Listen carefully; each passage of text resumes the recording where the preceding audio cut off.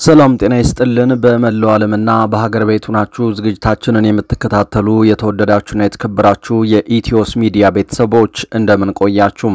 እነሆ ከተለያዩ ታማኝ መረጃ ምንጮች ተደረሱንን አዳዲስ መረጃዎች ይዘን ቀርበናል። ብዙዎቻችሁ ለኢትዮስ ሚዲያ አዳዲሶች እንደሆናችሁ እናምናለን። ስለዚህ ቻናሉን ሰብስክራይብ፣ ቪዲዮውንም ላይክ እና ሼር በማድረግ ለሌሎች እንዲዳረስ አድርጉልን። በየቀኑና በየሰዓቱ አዳዲስና ሐቀኛ መረጃዎችን ወደ እናንተ ማቅረባችንን እንቀጥላለን። በቀጥታ ወደ መረጃው ከፍተኛው ባለስልጣን ባረፉበት ሆቴል ህይወታቸው አልፎ ተገኘ።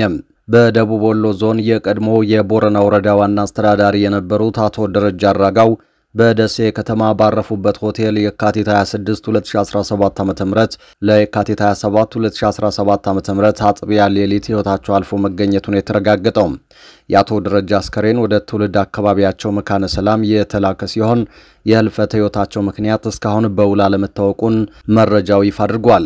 አቶ ደረጀ ከበላይ አመራሮች የሚሰጥህን ትዕዛዝ ብቻ እያስፈጸምክ አይደለም፣ ህዝባዊ እንቢተኝነት እየቀሰቀስክ ነው በሚል ተተችተው ከኃላፊነታቸው ከተነሱ በኋላ ከፍተኛ የሆነ ክትትል ይደረግባቸው እንደነበር ተጠቁሟል። ፋኖን ትደግፋለህ በሚል ተጠርጥረው በተደጋጋሚ ለእስር ተዳርገው ከተፈቱ በኋላም ህይወታቸው እስካለፈበት ጊዜ ድረስ ብዛት ባላቸው ባገዛዙ መረጃና ደህንነት አባላት ክትትል ይደረግባቸው እንደነበር ነው ስማቸው እንዳይጠቀስ የጠየቁ የአቶ ደረጀ የቅርብ ሰዎች ለሚዲያ የገለጹት። የቀድሞ የቦረና ወረዳ አስተዳዳሪ የነበሩት አቶ ደረጀ ያገዛዙ ደህንነት አባላት በሚያደርጉባቸው ክትትል የተነሳም ህይወታቸው ከማለፉ ጥቂት ቀናት በፊት የቁም እስረኛ ሆኛለሁ ብለው ለቤተሰቦቻቸውና ለቅርብ ወዳጆቻቸው መግለጻቸውን ለማረጋገጥ ተችሏል። አቶ ደረጃ አራጋው ለሥራ ጉዳይ ከመካነ ሰላም ወደ ደሴ ተጉዘው ባረፉበት በከተማዋ ወሎ ባህላምባ አካባቢ በሚገኝ አንድ ሆቴል የካቲት 26 2017 ዓ.ም ዕለተ ሐሙስ ለአርብ አጥቢያ ሌሊት ህይወታቸው ያለፈ ሲሆን ትናንት ከሰዓት በኋላ አስከሬናቸው ወደ ትውልድ አካባቢያቸው መካነ ሰላም መላኩን መረጃው አረጋግጧል። በሌላ መረጃችን የኤርትራ ሰራዊት በተቆጣጠራቸው የኢትዮጵያ መሬት ሰማይ ላይ የኤርትራ ድሮኖች ቅኝት እያደረጉ መሆኑ ተሰማ።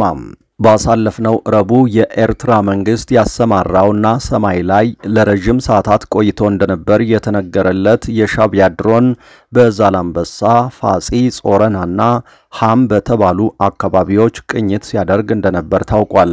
ከዚህ ቅኝት በኋላ የብልጽግናው አገዛዝም ተመሳሳይ ነገር ማድረጉን የገለጹት የመረጃው የአካባቢው ምንጮች ከመቀሌ እስከ ውቅሮ ባለው ምስራቃዊ አቅጣጫ ድሮኖችን አሰማርቶ እንደነበር አብራርተዋል። ባሳለፍነው ሐሙስ ለአርብ አጥቢያ እኩለ ሌሊት 6 ሰዓት ተኩል ገደማ መቀሌ ሰማይ ላይ ለረጅም ሰዓታት እንደቆየ የተነገረለት የብልጽግናው ድሮን ከአፋር አቅጣጫ መጥቶ ወደዛው ተመልሷል ያሉት አስተያየት ሰጪዎች ባሳለፍነው ሐሙስም በውቅሮ አቅራቢያ ተመሳሳይ እንቅስቃሴ ማየታቸውን ተናግረዋል። ከዚህ የብልጽግና የድሮን እንቅስቃሴ አስቀድሞ የኢትዮጵያ ግዛት ውስጥ ቅኝት ያደረገው ሻቢያም ከ3 ወራት በፊት ብልጽግና ከአዘርባይጃን ያስጫናቸውን ጦር መሳሪያዎችን መዝረፉን መዘገቡ ይታወሳል። ከነዚህ ውስጥ በርካታ የድሮን ተተኳሽ ያለው ስለመሆኑም እንደዚሁ ተነስቷል።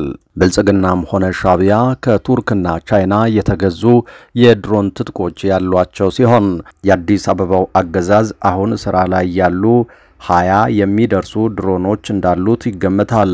ሻቢያ ከቱርክና ቻይና ሰራሽ ድሮኖች በተጨማሪ በ2013 ከሩሲያ የተገዙ ድሮኖች እንዳሏት የሚነገር ሲሆን እነዛ ድሮኖች ከሞስኮ ሲገዙ ገንዘቡን የከፈለለት የአዲስ አበባው አገዛዝ እንደነበረም ነው የመከላከያ ምንጮች የገለጹት። ያኔ ኢትዮጵያውያንን ለመግደልና የኢትዮጵያን ሀብት ለማውደም እንዲህ ያለ መደጋገፍ የነበራቸው ሻቢያና ብልጽግና አሁን ደግሞ ኢትዮጵያውያንና ኤርትራውያንን ለማጫረስ እየተዘጋጁ ነውን የሚል ስጋት አጭሯል። የሻቢያ ሰራዊትን ከሜካናይዝድ ኃይሉ ውጪ የረባ ትጥቅ የለውም የሚለውን የሚያስተጋቡት የብልጽግናው አገዛዝ ሹማምንት ይህንን የሜካናይዝድ ኃይሉንም በድሮን ድብደባ ማውደም እንደሚቻል በተለያዩ አጋጣሚዎች እያነሱ መሆኑም ይሰማል። የኢትዮጵያን የቴሌኮም ገበያ ለሳፋሪኮም ሽጦ ድሮን መታጠቅ የጀመረው የብልጽግናው አገዛዝ በተባበሩት አረብ ኤሚሬቶች ክፍያ ከቻይና ድሮኖችን ሲገዛም ቆይቷል።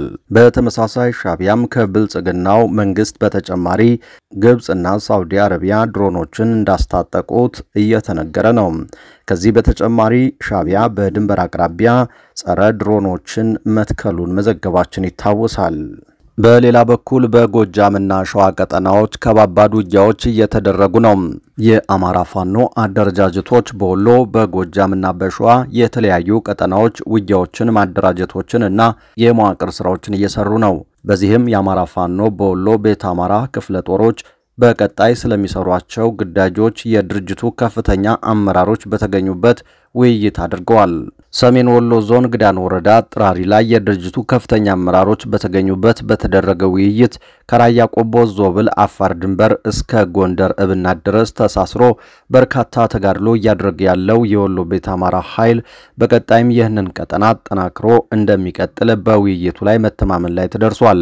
ከዚህ በተጨማሪም ከህዝቡ ጋር ያለውን ደጀንነት ስለማጠናከር ህዝባዊ አስተዳደሮችን ማዋቀር መገምገምና የማስተካከል ስራ እንዲሰራም አቅጣጫ ተቀምጧል። በሌላ በኩል የአማራ ፋኖ በጎጃም በተለያዩ አቅጣጫዎች ውጊያዎችን ሲያደርግ መዋሉን አስታውቋል። የአማራ ፋኖ በጎጃም አንደኛ ክፍለ ጦር ኮሎኔል ታደሰ ሙሉነ ብርጌድ 3ኛ አበራ ሙጬ ሻለቃም ዘመቻ ኮማንዶ ደግሰው ይታይህ ግዳጅ ፈጽሟል። የኮሎኔል ታደሰ ሙሉነ ብርጌድ መስራች ኮማንዶ ደግሰው ይታይህ የዛሬ ዓመት በ28/06/2016 ዓ.ም የተሰዋበትን ቀን ምክንያት በማድረግ የአበራ ሙጬ ሻለቃ ዘመቻ ደግሰው ብራቃታ አካባቢ ሰፍሮ የሚገኘውን ያገዛዙን ሰራዊት በሌሊት ሰባ ወደ ብጢ ጠጅት ዋሻ በማስገባት ስትወቅጠው አርፍዳለች ነው የተባለው። በዚህ ውጊያ ጋፊት የሚባል ቦታ ላይ የነበረ የመከላከያ ኃይል ሙሉ በሙሉ ወድሟል። 3 የሚሆኑ ያገዛዙ ሰራዊት የመረጃና እግር መሪ ጠቋሚ ሚሊሻዎችም በፋኖ ተማርከው ተወስደዋል። ከፍተኛ የሆነ ቁጥሩ ያልታወቀ የአገዛዙን ሰራዊት ሙትና ቁስለኛም አድርገናል ሲሉ የፋኖ ኃይሎች ከግንባር ዘግቧል።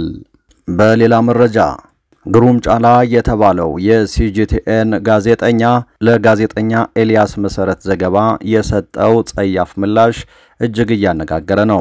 ከብልጽግና በሚቸረው የህዝብ መሬትና ገንዘብ ልቡ ያበጠው ባለጊዜው ግሩም ጫላ ካንድ ባለም አቀፍ ሚዲያ ላይ ከሚሰራ ግለሰብ የማይጠበቅ ምላሽ ሰጥቷል። የሲጂቲኤኑ ጋዜጠኛ ግሩም ጫላ በኦፊሻል የፌስቡክ ገጹ ለዓለም አቀፉ ጋዜጠኛ ኤልያስ በሰጠው ምላሽ ላይም ጸያፍ ቃል ከመጠቀም ባለፈ ጋዜጠኛውን ቡችላዬ ነው ሲል ጠርቶታል። ጋዜጠኛ ግሩም ጫላ ይህንን ምላሽ የሰጠው ከ3 ዓመት በፊት ለሚዲያ ኮምፕሌክስ ግንባታ በሚል 5000 ካሬ ሜትር መሬት መሃል አዲስ አበባ ላይ ከጋንዲ ሆስፒታል ተነጥቆ የተረከበውን መሬት በ1 ቢሊዮን ብር ሊሸጣው መሆኑን መሰረት ሚዲያ መዘገቡን ተከትሎ ነው። ታዲያ ይህንን መረጃ መሰረት አድርጎና የሚዲያ ህግን ተከትሎ የቀረበን ዘገባ በማስረጃ መሞገት እየተቻለ እንዲህ አይነት ጋጦጥነት የተሞላበትና የግለሰቦችን ክብር የሚነካ ምላሽ ለመስጠት የብልጽግናው መንደር ተቀላቢ መሆንን ይጠይቃል። ከዛም ባለፈ በእብሪትና በህዝብ ንቀት መሞላትን ይሻል። ከዓመታት በፊት የሚነዳቸውን ዘመናዊ መኪኖች በሚዲያ ያሳየ ደሃውን ህዝብ እንቁልልጭ ሲል የነበረው ይህ ጋዜጠኛ ዛሬ ላይ ደግሞ የደሃውን ማህበረሰብ መሬት ነጥቆ ቢሊየነር መሆኑ ነው በይፋ የተነገረው። ታዲያ ለዚህ ዘገባ ጸያፍ ምላሽ ከመስጣት ባለፈ ዛሬ ሌሊቱን ባዶ መሬት ላይ የቆመ ሲኖትራክና የተደፉ አሸዋዎችን በማሳየት ከሆስፒታል ነጥቆ በቢሊዮን ብሮች ሊሸጠው ላሰበው መሬት ማስተባበያ ለመስጠት ሞክሯል። ሆኖም እስከ ዛሬ ያልተሰራበትን እና ለሽያጭ የቀረበን መሬት ግንባታውን ጀምሬያለሁ ለማለት አሸዋና ሲኖትራክ በማሳየት ለማለፍ ቢሞክርም ጉዳዩ እያደር መጥራቱ አይቀርም። ክቡራትና ክቡራን አድማጭ ተመልካቾቻችን ለዚህ ሰዓት ያዝናቸው አዳዲስ መረጃዎች እነዚህ ነበሩ። ከቆይታ በኋላ በሌሎች መረጃዎች ድጋሚ እናገኛችኋለን። እስከዛው በያላችሁበት ሰላም ጊዜ ተመኘን።